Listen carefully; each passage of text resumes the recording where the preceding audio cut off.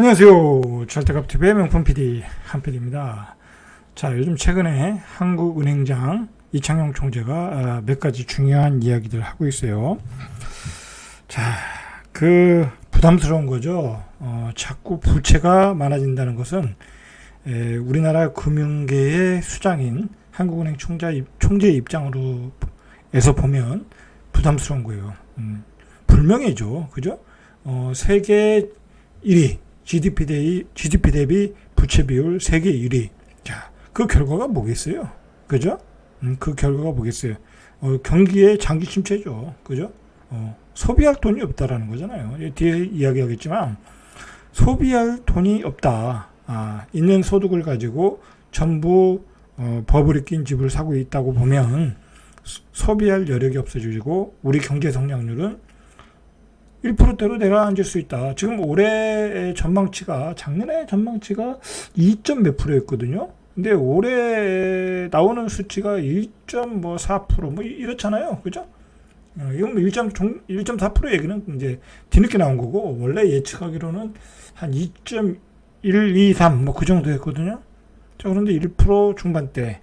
여러분 1% 중반대면은 우리 인플레이션이 한 3% 되잖아요. 그죠? 인플레이션 3%라고 보면 이거는 사람들이 돈을 못 쓰고 있다는 얘기야. 그죠? 당연히 못 쓰고 있죠. 경제가 안 돌아가는데. 그러니까 이 정부는 이 경기를 살리려고 부동산 시장을 펌프질 했잖아요. 그죠? 규제 완화해주고, 그다음에 돈순주공 살려주고, 뭐 집값을 집을 거래시키려고 여러 가지 금리 상품을 만들고, 나중에는 뭐 은행이 자율적으로 만들었는지 DSR 규제를 피하기 위해서 50년 만기 상환을 또 그 희한한 상품을 내놓고, 자, 이제는 보험사까지 가담한다는 거예요. 왜냐하면 잘 팔리니까. 50년 만기 상품이 잘 팔리니까 보험사들도 그 상품을 내놓고 있다는 거야. 여러분, 50년 만기면 매력이 있어요. 내가 50살인데 50년 만기래. 그러면 집을 사는 거지. 그죠? 그것도 좋은 주택 사는 거지. 뭐, 나 죽고 난 뒤에 내가 알 바 아니잖아. 그죠? 내가 살아있는 동안만 이자 내면 되는 거잖아. 내가 살아있는 동안만 원금 내면 되잖아. 그죠? 나 죽을 때는 그냥 청산하든지. 그러니까, 그런 상품을 내놓고 있다. 자, 그건 역설적으로 우리가 보면은, 50년 만기 대출 상품을 내보낸다는 얘기는 억지로 대출해준다는 얘기야. 그리고 억지로 사람들을 꼬시고 있다는 얘기야. 사람들이 현재 금리 5%대, 4.5에서 5.5%대 금리는 부담스럽거든. 지금 집을 사기에는 가격이 높은 상태잖아. 그러다 보니까 사람들이 안 사다 보니까 사람들을 꼬실 수 있는 방법이 뭘까?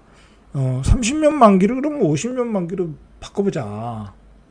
그러면 원리금이 원금, 이자는 뭐, 이자는 더 늘어나겠네. 그죠? 50년 만기니까. 늘어나겠지. 대신 원금이 줄어들잖아. 매달 갚아야 될 원금이. 그죠? 근데 그 이자가 늘어나는 부분은 내가 30년 이후에 낼 이자는 내가 생각하지 않아도 되잖아. 그때 내가 80세, 90세 되면 팔면 되니까. 아니면 그 전에 죽을 수도 있고. 그러니까 당장 내는 원금이 적어. 그러면 살만하네. 하고 왕창 대출을 받아가지고 최근에 부동산 가격이 올라가는데 기여를 했다. 자, 그런데 정부 입장에서 보니까 추경호 부총리 입장에서 보니까 그 사람하고 이복현 금융위원장 입장에서 보니까 이거 이상하다. 이렇게 되면 집값이 올라가네. 집값이 올라가는데 사람들이 다 대출 받아가지고 집을 사면 경제가 안 돌아가겠네? 이건 안 돼.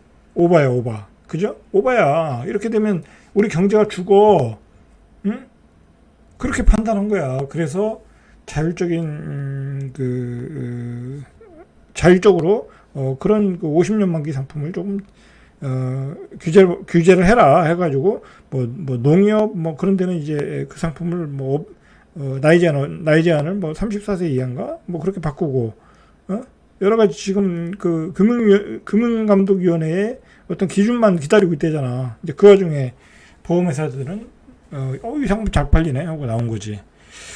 자, 이건 문제가 있는 거예요, 지금. 우리가 세계 GDP 대비 부채 비율 1위. 자, 그 부채가 다 어디로 갔냐? 자, 부동산으로 갔다라는 거야. 여러분, 이게 문제가 뭐냐면, 이거 참 답답한데, 대출을 받아서 부동산으로 갔어. 근데 그게 어디로 갔어요? 전국적으로 다 깔렸겠지. 그죠? 근데 중요한 거는, 지방의 부동산은 뭐 앞으로 좋은 데야 조금 더 올라가겠지만 지방의 부동산의 가격은 평균적으로 보면 이젠 정체 또는 뭐 그냥 현상 유지야. 올라가기 힘들다는 얘기야. 뭐 어쨌든 인구가 감소라는 게 앞에 있는 대명제잖아. 그죠? 이제 그래서 이제 투자도 안 들어가고 사람들이 뭐 투자 들어가는 건 뭐 그 지역에 뭐 대장 아파트나 그런 거나 사고 팔고 하는 거지. 뭐 무슨 뭐 구축 아파트, 썩다리 아파트 그런 거 잘 안 산다고 이제. 왜냐면 전세 갭도 벌어져서. 그러면 거기에 대출 들어간 돈들은 그 다 뭐 부실해질 가능성이 있다는 얘기지. 거래가 안 돼. 그죠? 가격은 또 그래. 그리고 공급은 계속 늘어나 지방은. 그죠? 공급은 계속 늘어잖아. 새 아파트는 계속 공급하잖아. 그러니까 지방에 들어간 돈은 부실해질 수. 근데 그러면 이제 서울로 막 또 집중해. 수도권으로 집중해. 그러면 집중하다 보면 거기서는 또 버블이 껴. 그러면 또 대출 들어간 게 또 부실해질 수 있다라는 거지. 걱정이 되는 거죠. 이 한국 금융계의 수장들은 걱정이 되는 거지. 나도 상식적으로 알겠는데 그 사람들이 모르겠어요. 그죠? 모르겠냐고. 자, 어쨌든 그래가지고 뭐 이 현재의 금리는 여기서 더 우리가 올릴 수가 없는 상황이잖아. 대한민국의 경제 체력을 볼 때는. 그것도 그리고 대출이 뭐 1,800 몇 조인데 GDP 대비 1위인데 거기다 대고 금리 올리면 말 그대로 돈이 다 은행으로 가잖아. 그러니까 기준금리를 유지한 거예요. 지금 그 상황에서. 자, 이 상황에서 이창용 총재가 또 무슨 얘기를 했냐면 중국발 충격을 얘기했어요. 장기적 관점에서 보니까 중국발 충격이 우리나라에도 전이될 가능성이 크다. 자, 이창용 총재가 이야기했어요. 중국의 부동산 시장 상황을 볼 때 내년에도 저희가 예상했던 빠른 회복은 가능하지 않다. 그럼 이 얘기는 뭐예요? 중국은 중장기적으로 침체. 뭐 여기는 이제 성장 동력이 없는 거야. 중국은. 뭐 미국이 팔다리 다 잘라버렸지. 그죠? 반도체도 뭐 수출 못하게 해야지. 수입을 막은 거지. 그죠?